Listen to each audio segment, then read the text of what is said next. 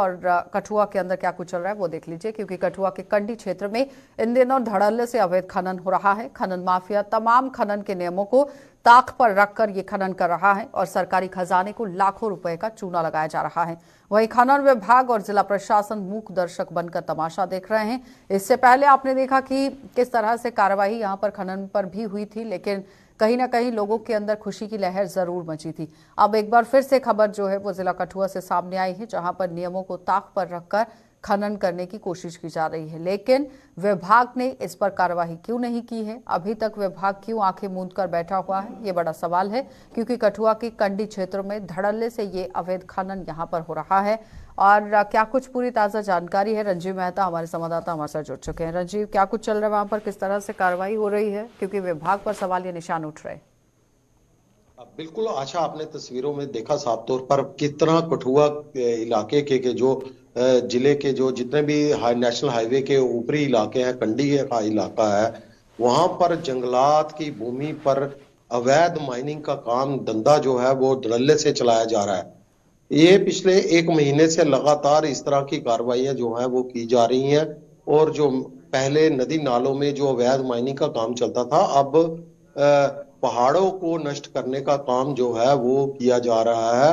अब मिट्टी का खेल जो है वो बड़े पैमाने पर कठुआ जिले में चल रहा है। अवैध माइनिंग, इसको लेकर ये भी अवैध माइनिंग का एक हिस्सा है, एक बहुत बड़ा नेक्सिस है, क्योंकि रोड्स के काम लगे हुए हैं, नेशनल हाईवे के काम लगे हुए हैं, एक्सप्रेसवे का काम लगा, वहां पर मिट्टी की डिमांड है। लेकिन माइनिंग माफिया के लोग जो है कई जगह परमिशन पे और कई जगह पर, ज्यादातर जगहों पर बिना परमिशन के ही, जो माइनिंग विभाग से नहीं ली गई है, उसके बावजूद अपनी बड़ी बड़ी मशीनें लगाकर ये और डंपर लगाकर वहां पर से मिट्टी उठाकर लेके जाई जा रही है। अगर कोई रंजीव, क्या बोलता लगता है है तो क्या उसको कारण धमकी है दी कि जाती आखिर है। विभाग इन पर कार्रवाई नहीं कर पा रहा है?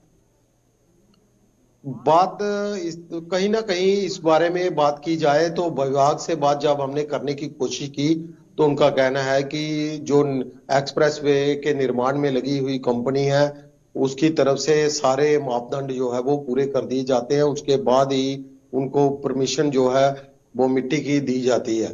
लेकिन उसके बावजूद भी जो जिस तरह तस्वीरों में देखा कि जो तयशुदा मानक होते हैं माइनिंग के, किसी जगह को किसी जगह पर माइनिंग करनी है तो उसके मानक हो गया 1.5 मीटर या 2 मीटर तक, यहाँ पर 8 से 10 मीटर तक की गहरे खड्डे डाल दिए गए हैं। पूरे पूरे पहाड़ों का अस्तित्व जो है खत्म किया जा रहा है।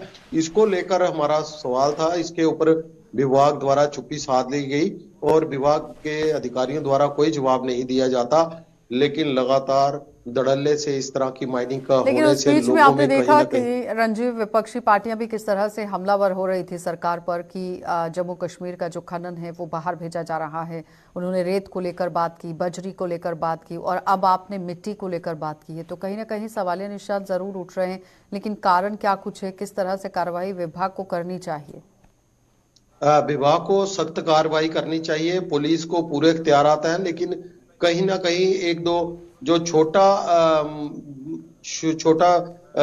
वाहन चालक है, चाहे ट्रैक्टर ट्राली वाला होता है, उसको पुलिस पकड़ कर लेती है, जहां माइनिंग विभाग वाले भी उसको पकड़ लेते हैं। लेकिन जो बड़े बड़े जो डंपरों के साथ 20-20 30-30 डंपर लगाकर और 3-3 4-4 मशीनें बड़ी पोक लेने लगाकर काम कर रहे हैं, उनको कोई हाथ नहीं डालता है।